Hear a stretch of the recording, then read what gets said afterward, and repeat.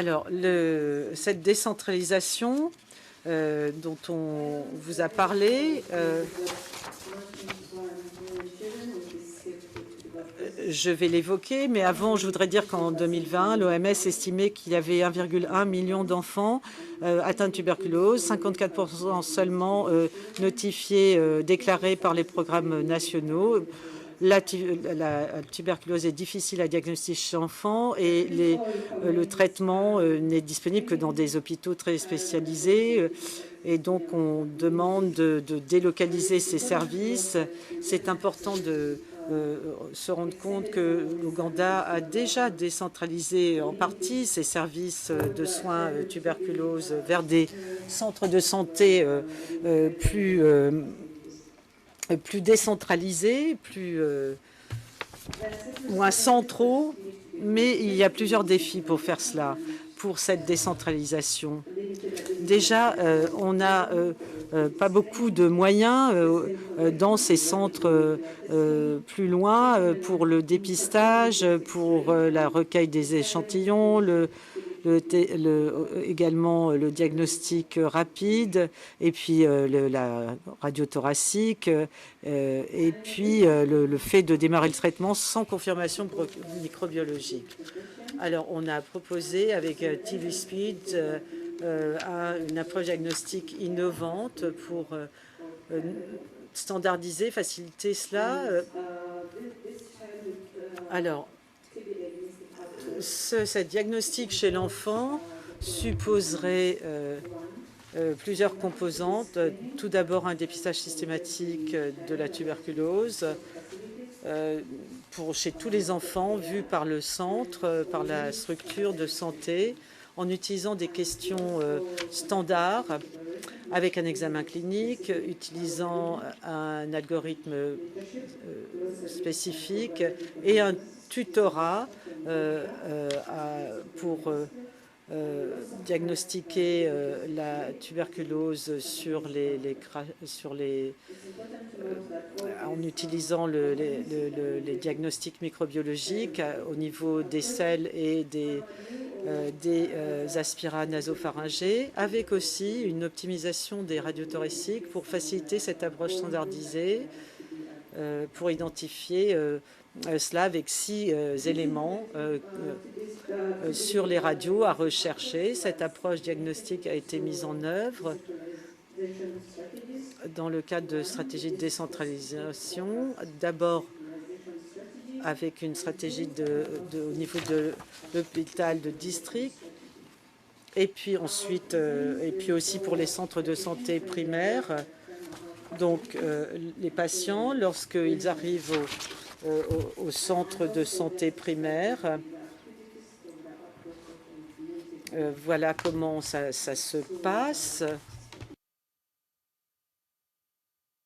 Au niveau de l'hôpital de district,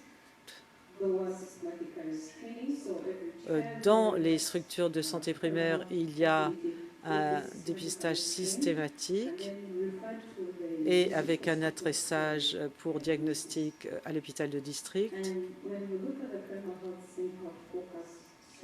Et si on centre la stratégie au niveau du centre de santé primaire,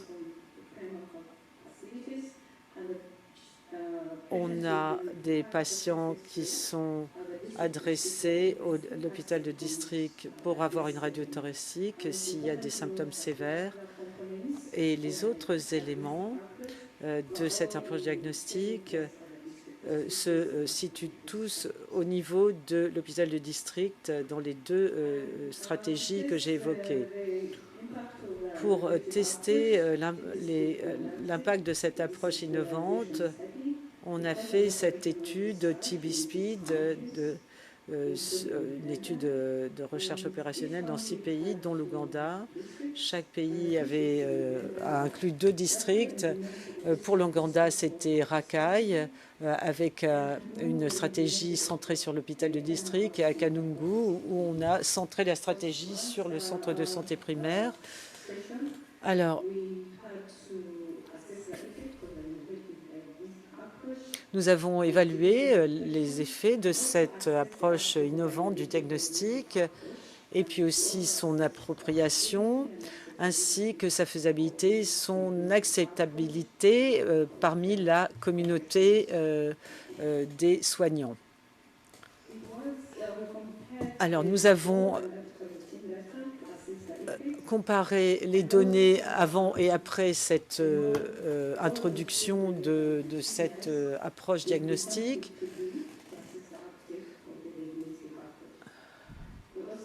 Donc avant l'intervention, après l'intervention, avec le recrutement d'une cohorte d'enfants, et puis une étude qualitative pour évaluer la faisabilité et l'acceptabilité. Les résultats.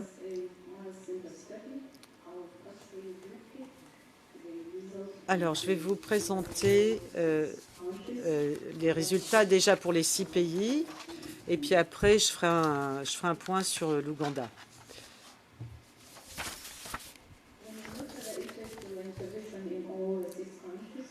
Alors, dans ces 6 pays, qu'est-ce qui se passe? Il y a une augmentation de la détection de 0,08 à 0,2.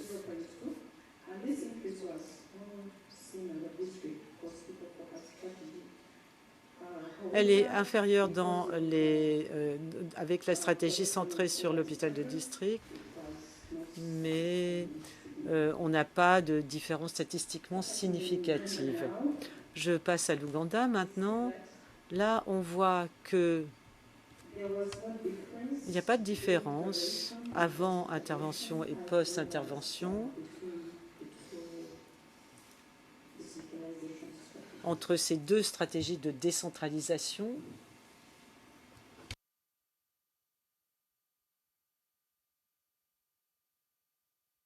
L'utilisation de l'aspirate nasopharyngée et des sels avec la diagnostic expert. Pour ces 732 enfants dans l'étude, on a eu un recueil nasopharyngé pour 726 et on a détecté 12 cas. Dans les sels, on a recueilli 75% des sels, 73% de résultats valides et 4 cas de TB détectés. Le diagnostic chez les enfants en fonction de la stratégie, donc 43 cas au total de tuberculose. La majorité ont été diagnostiqués cliniquement ou ils avaient une radio qui était évocatrice de la tuberculose. Acceptabilité et faisabilité.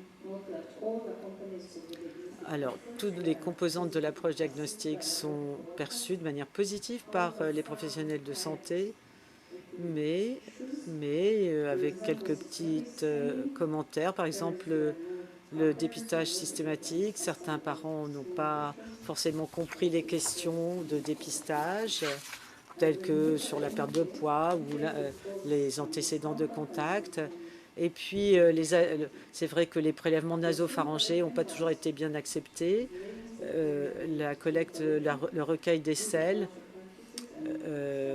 c'est pas toujours évident en raison des pratiques culturelles et de la distance les séparant des centres de santé. Les radiothoraciques, il n'y a pas toujours eu possibilité d'accéder aux images numériques dans les centres de santé primaires.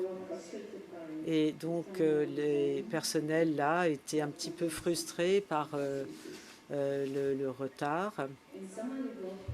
Et donc, pour résumer, on peut dire que cette approche innovante du diagnostic de la tuberculose a des niveaux de santé moins avancés, a beaucoup de potentiel pour cette approche centrée sur le district. L'effet a été moins évident en Ouganda, sans doute parce qu'on a déjà une décentralisation qui existe dans ce pays. La décentralisation des 4 composantes de cette approche innovante du diagnostic a été considérée comme faisable et acceptable par les professionnels de santé, donc toutes les structures de santé considérées. Cela dit, il y a eu quand même quelques obstacles de faisabilité, en particulier pour le recueil des sels. le nouvel algorithme de décisionnaire thérapeutique proposé par l'OMS pour la tuberculose pédiatrique doit être évalué. Merci de votre attention et je voudrais également remercier nos sponsors et tous les partenaires qui nous ont aidés à mettre ce projet en œuvre.